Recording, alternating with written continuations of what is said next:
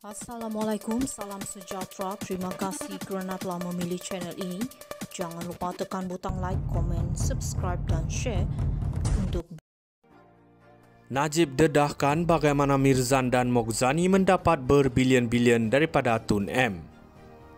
Bekas Perdana Menteri yang dipenjarakan, Dato' Sri Najib Razak nampaknya paling konsisten dalam permusuhannya dengan Tun Dr. Mahathir Mohamad yang secara ironisnya telah melobi supaya beliau menggantikan Tun Abdullah Ahmad Badawi sebagai Perdana Menteri ke-6 Malaysia pada April 2009.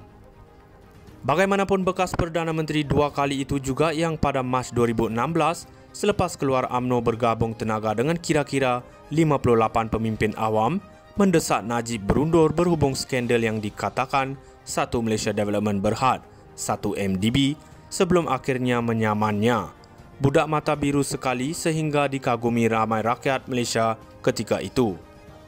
Apabila meja dibalikkan terhadap Najib dan masa depan politiknya musnah selepas pilihan raya umum ke-14 pada Mei 2018, Dr. Mahathir dalam perkhidmatan Perdana Menteri kedua walaupun hanya bertahan selama 22 bulan akan muncul sebagai arkitek bekas ahli parlimen pekan itu, sabitan atas pelbagai kesalahan yang berkaitan dengan skandal 1MDB. Najib mendedahkan bahawa Mirzan pada 1996 membeli di Perdana Kop Berhad daripada adik Taikun Tan Sri Vincent Tan Chee Yon, Tan Sri Denny Tan, hanya 2 tahun selepas Denny memperoleh pakaian pengangkutan kontena. Di sini Najib mempersoalkan transaksi pada 1997 apabila Moghzani menjadi pemegang saham terbesar Hospital Pantai Berhad selepas memperoleh 35.53% pegangan pada RM306 juta daripada Berjaya Kop Berhad yang dikawal oleh Vincent Tan. Susulan pembelian itu, Najib mendakwa konsesi pengendalian sistem pemeriksaan kesihatan pekerja asing komprehensif di Kementerian Kesihatan dan juga kontrak bekalan hospital kerajaan telah diberikan kepada kumpulan itu semasa Dr. Mahathir menjadi Perdana Menteri.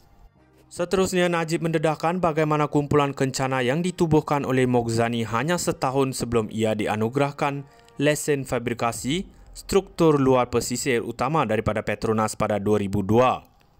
Untuk rekod, Kencana Petroleum Berhad yang kemudiannya menjadi Spurs Kencana Petroleum Berhad adalah satu daripada hanya 7 pemegang lesen sedemikian di Malaysia pada masa itu. Menariknya, Najib teringat bahawa apabila Dr. Mahathir meletakkan jawatan sebagai PM pada 2003, beliau serta-merta dilantik sebagai pengerusi Petronas. Manakala 10 tahun kemudian pada 2013, Moghzani muncul rakyat Malaysia ke-9 terkaya dan Melayu terkaya tahun itu selepas mengumpul RM4.22 bilion daripada keuntungan yang dijana oleh Kencana Petroleum. Pada ketika ini, Najib juga mempersoalkan kaitan ini dengan kenaikan harga saham Opcom yang melonjak 50% apabila projek itu diumumkan dan peletakan jawatan mengejut Moghzani sebagai pengerusi eksekutifnya pada 31 Mei tahun itu.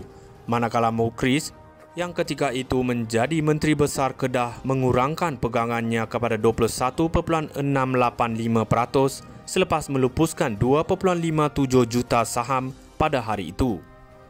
Seorang anak lelaki tiba-tiba meletakkan jawatan daripada semua jawatan dalam Opcom tanpa sebarang alasan diberikan, tetapi saham itu tidak dijual. Maka ia masih milik anak lelaki itu, tulis Najib dalam penyenaraian Facebooknya. Adakah semua pendedahan ini kebetulan? Ada lagi cerita kebetulan.